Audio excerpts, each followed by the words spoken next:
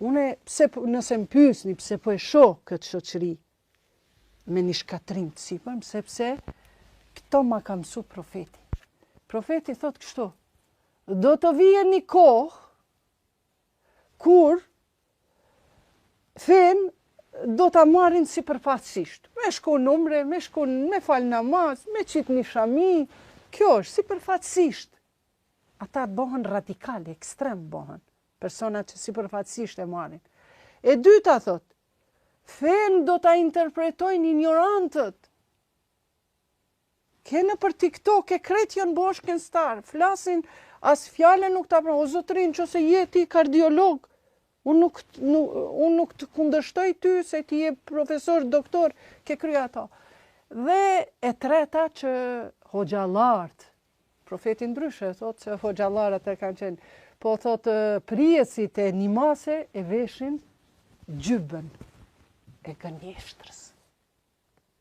Prandaj unë e shoh shoqërinë në shkatrim, prandaj edhe bëhen këto paraqiten këto ekstremizmat fetar. Jo vrasja polisit, jo andej, jo këndej. Edhe mendoj se masi unë nuk kam mund ma shumë me kontribu për shoqërinë tonë kosovare, Zoti ka me pyet, Iqbal, a ke qenë dru që ke fut rajnë tokë? Zoti ta ka shtri komplet tokën. Unë mendoj që e kam njërin vëlla në Amerikë dhe qikat e vëllau të hala, shumë jetu vujt në këtë vend që po jeton. Tu nuk ka meritokraci. Tha në Amerikë, tha, janë muslimanët kanë ma shumë të drejta se sa ti që jeton me një shtet ku janë 95% musliman. Prandaj unë mendoj se konventat ndërkombëtare kanë kriju një ligj të bukur dhe mundi me jetu si muslimane edhe në Vatikan, nëse ka drejtësi.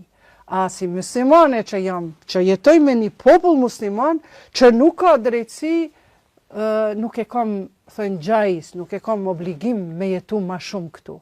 Spaku, bare këtë ide, kam inshallah Zoti ma plotson, nuk du ma me investu për Kosovën.